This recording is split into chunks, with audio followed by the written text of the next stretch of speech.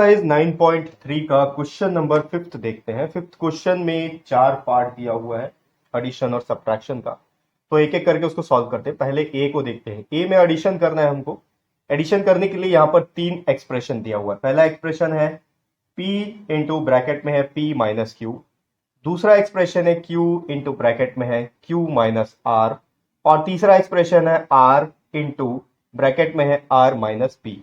इन तीनों का हम लोग को एडिशन करना है। तो पहले इसको कैसे लिखेंगे? पहला स्टेप बहुत इजी, आपको ऐसा लिखना है p into P minus Q, फिर यहाँ कॉमा की जगह आ गया plus second expression q into bracket में q माइनस आर, फिर यहां पर प्लस, और तीसरा एक्सप्रेशन r इंटू ब्रैकेट में r माइनस पी। अब सबसे पहले इसका हम लोग ब्रैकेट ओपन कर लेते हैं।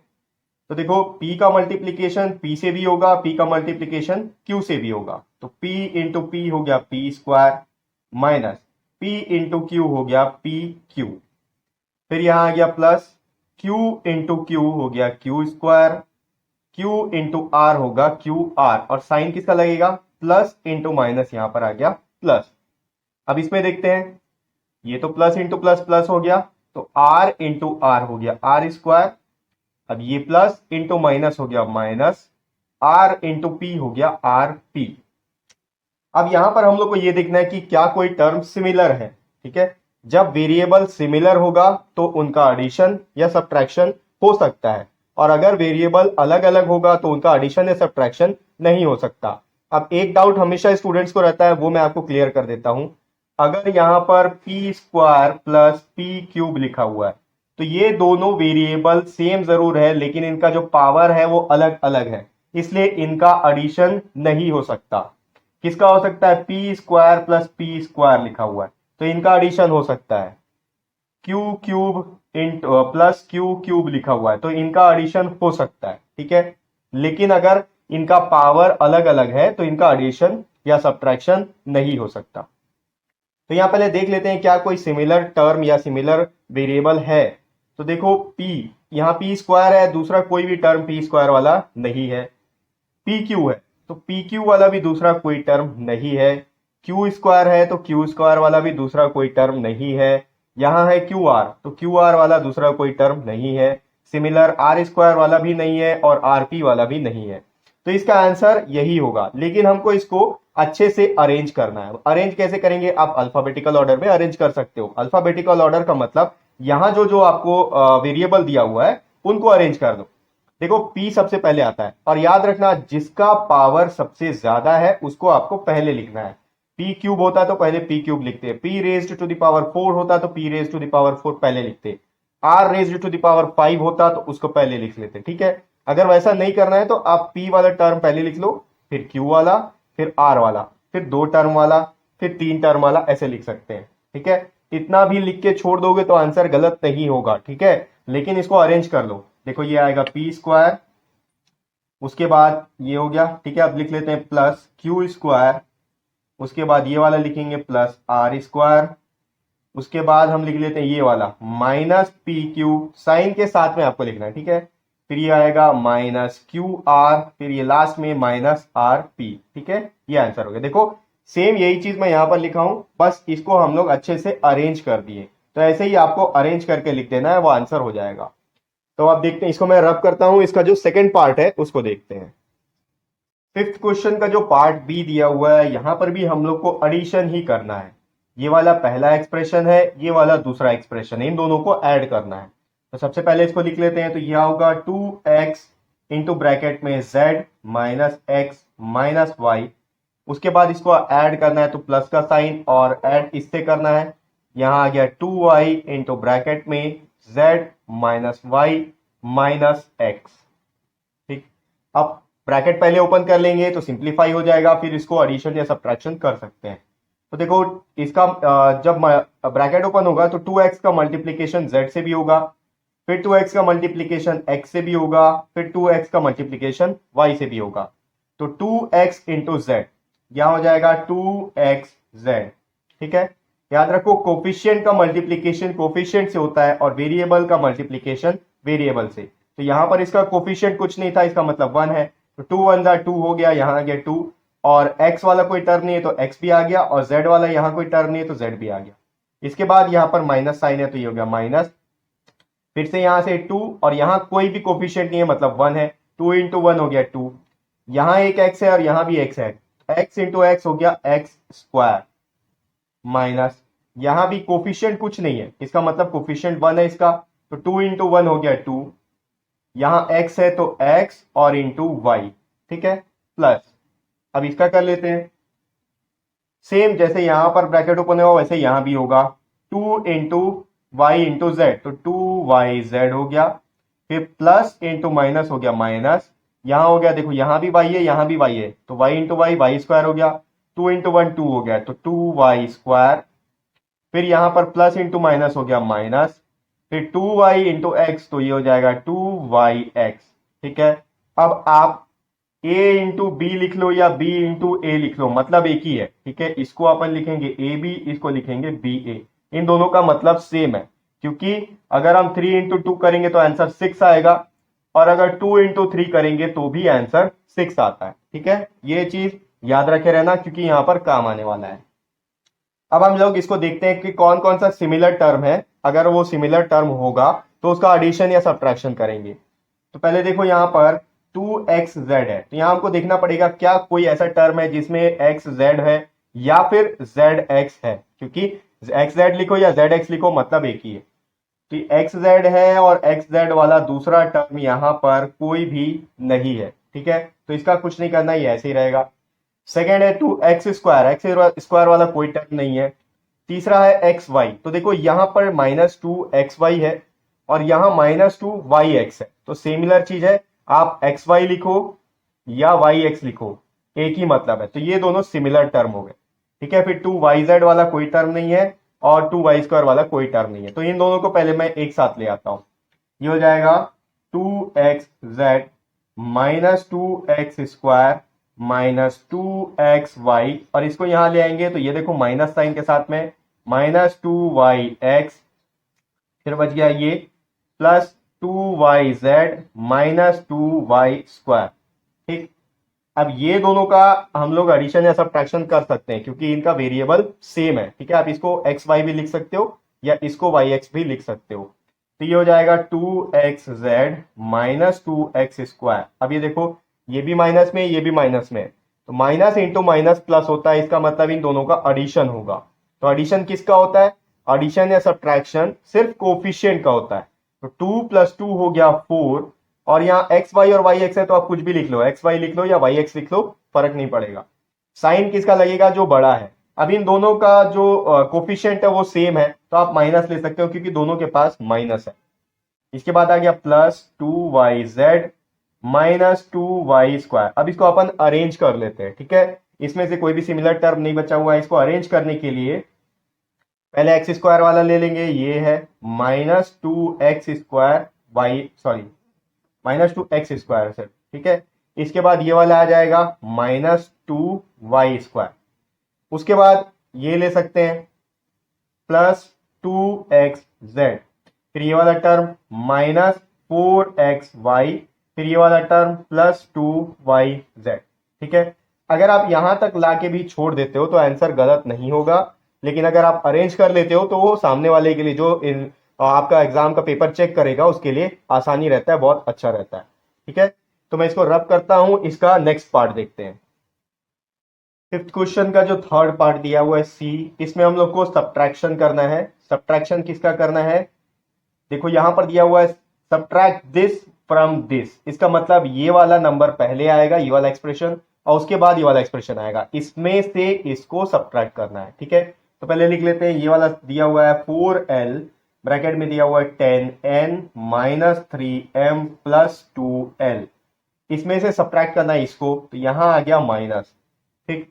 अब यहां है 3l into l -4m + 5n, bracket open करते हैं, पहले पहले इसका ब्रैकेट ओपन करेंगे, देखो इसका मल्टीप्लीकेशन इससे भी होगा, फिर इसका मल्टीप्लीकेशन इसके साथ, फिर लास्ट में इसका मल्टीप्लीकेशन इसके साथ, ये हो जाएगा 4l इंटू 10n, फिर उसके बाद माइनस का साइन यहां आ गया, फिर 4l इंटू 3m, फिर प्लस यहां पर 4L इंटू 2L। ठीक, अब यहां पर आपको थोड़ा सा ध्यान देना है क्योंकि यहां पर माइनस का साइन है। इसके पहले का जो क्वेश्चन हम सॉल्व किए वहां पर प्लस का साइन था। तो जब कभी भी माइनस का साइन रहेगा यहां पर ब्रैकेट के बाहर में, तो ब्रैकेट ओपन होगा तो मल्टीप्लीकेशन तो हो गई, साथ में अंदर में जितना टर्म्स है उसका साइन चेंज हो जाता है। देखते जाओ, 3L इंटू एल, तो ये हो जाएगा 3L²। अब साइन किसका लगेगा, यहां माइनस है यहां प्लस है, माइनस इंटू प्लस हो गया माइनस, माइनस इंटू माइनस हो गया प्लस। अब 3 4 12, ठीक है। तो पहले मैं एक एक करके लिख लेता हूं, यहाँ 3L इंटू एल हो गया, ठीक है। उसके बाद माइनस इंटू माइनस हो गया प्लस, 3L इंटू 4M। उसके बाद फिर से माइनस इंटू प्लस हो गया माइनस, फिर से 3L इंटू 5N। ठीक, अब इसको मल्टीप्लाई कर लेते हैं। कोफिशिएंट का मल्टीप्लीकेशन कोफिशिएंट से होगा, वेरिएबल का वेरिएबल से। 4 इंटू 10 हो गया 40, और L और N दोनों आएगा, L इंटू एन LN हो गया, माइनस 4 इंटू 3 हो गया 12, L इंटू M हो गया LM, प्लस 4 इंटू 2 हो गया 8, L इंटू L हो गया L², माइनस 3 इंटू 1, L के आगे कुछ नहीं है मतलब 1 है, 3 इंटू 1 हो गया 3, L इंटू L हो गया L², 3 इंटू 4 हो गया 12, ठीक है, ये प्लस का साइन है, 12, L इंटू M हो गया LM, माइनस 3 इंटू 5 हो गया 15, और L इंटू N हो गया LN। अब हम लोग को देखना है क्या यहां कोई सिमिलर टर्म या सिमिलर वेरिएबल वाला टर्म है क्या। तो देखो यहां पर ये LN लिखा हुआ है, यहां पर भी एक LN है, ठीक है। आप LN लिखो या NL लिखो मतलब एक ही है। उसके अलावा ये L² है, ये भी L² है, और यहां पर LM है, यहां पर भी LM है, ठीक है। तो इनका हम लोग पहले अरेंज कर लेते हैं। देखो पहले इसको ले आते हैं, यहां पर 8L² माइनस 3L², ठीक। उसके बाद LM वाला टर्म ले लेते हैं, माइनस 12LM, और ये भी है प्लस 12LM, लास्ट में LN, तो ये प्लस में है, प्लस 40LN माइनस 15LN। यहां मैं एक ही स्टेप में इसको अरेंज भी कर लिया हूं, मतलब और यहां पर जैसा जैसा आना चाहिए, जैसे L² वाला टर्म पहले कर लिया, फिर LM LM, फिर LN LN, ठीक है। आप इसको नेक्स्ट स्टेप में भी अरेंज कर सकते हो। अब इसको प्लस या माइनस करना है, देखो ये प्लस में माइनस में दोनों के बीच सब्ट्रैक्शन होगा, 8 माइनस 3 हो गया 5L², साइन जो बड़ा रहेगा उसका, 8 बड़ा है, 8 का साइन प्लस है तो यहां आ गया प्लस 12, ये देखो ये माइनस में है और ये प्लस में है तो ये जीरो हो गया, ठीक है। 12 माइनस 12 तो जीरो हो गया, इसको लिखने का कोई मतलब नहीं है। अब प्लस 40 या माइनस 15, प्लस इंटू माइनस हो गया माइनस, दोनों के बीच में सब्ट्रैक्शन होगा।